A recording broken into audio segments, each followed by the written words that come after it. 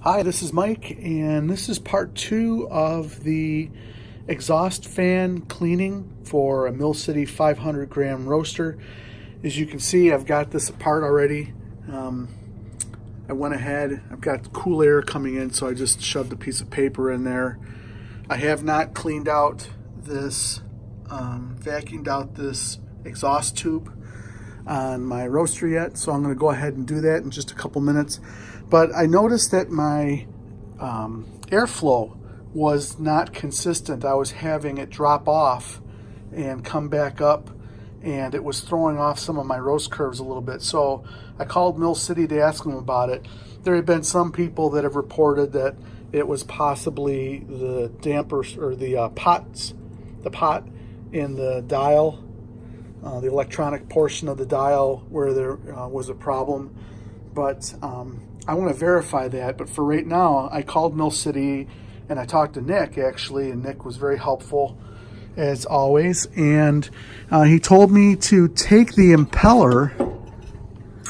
This is the impeller that goes inside of the fan. And I had never taken it out before. I had always just kind of brushed on the inside here and vacuumed. But he said that behind this impeller, you can get a lot of buildup of very fine coffee residue, the bean residue. So I just want to show you how deep this is. I've only cleaned off or brushed off half, as you can see, this left half here.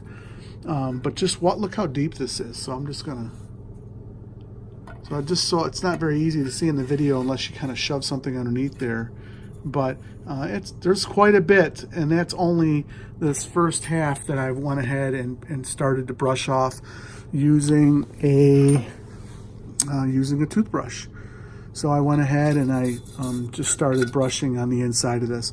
But apparently, from what Nick says, is that the resistance or this buildup of soot that creosote or whatever it's called that can get behind the impeller can cause resistance and cause it to slow down. It spins at a very high speed. There's air moving through it, and so it may, as the fan spins, build up a point to where it creates some resistance in the fan. And so that should solve my problem. So this is step one in trying to verify if that's true or if it's potentially an electrical issue. That could be part 3 of my video, but for now I've got the standard cleaning, which I already created a video on, and now this one is to take apart the impeller. Okay, and so after doing a little more cleaning and vacuuming, this is my now cleaned out fan housing for my roaster. And you can notice on here, if you take a close look, you'll notice how the shaft is flat on one side. You just need to be sure that when you reassemble that you are putting this the screw right here, that goes on the flat side. So just kind of be careful when you insert this back in that you're aligning it properly, and then the set screw will it'll seat properly and secure the fan so that it's on tight. Okay, so I went ahead and put the impeller back in. This is important. When you slide this back in, the impeller, it naturally, if you're setting it up like this, the impeller is just going to lay all the way down, and it will actually rub against the bottom of the housing in here, and then the impeller doesn't spin. But you'll notice here that this is spinning without any noise. There's no rubbing going on. And I think, and I'm going to double check this when I assemble, when you compare height-wise, it's not sticking up. And if you look at the shaft here, it's flush. It's flat with the center of the shaft is flush with the actual impeller itself. So you just make sure that that's not sunken in or sticking out, that it's flat when you lay that in, and then you can go ahead and snug it. Now, what I had to do, I had to take an Allen wrench like this, turning the impeller. There's my slot, and then if I hold it down here so you can see the Allen. I'm trying to do this through the camera.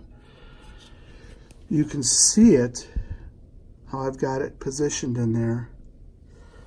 And then I have it here like this. And then I actually took a pair of pliers like so. Like this. Grabbed onto that, and then I twisted it to the right really, really, really snug. And then it's secure. So sorry about the camera twisting around. Just wanted you to be able to see all sides of this. Kind of a neat little setup here. But now this has been 2 years since I've had this roaster. This is the first time I've taken the impeller off.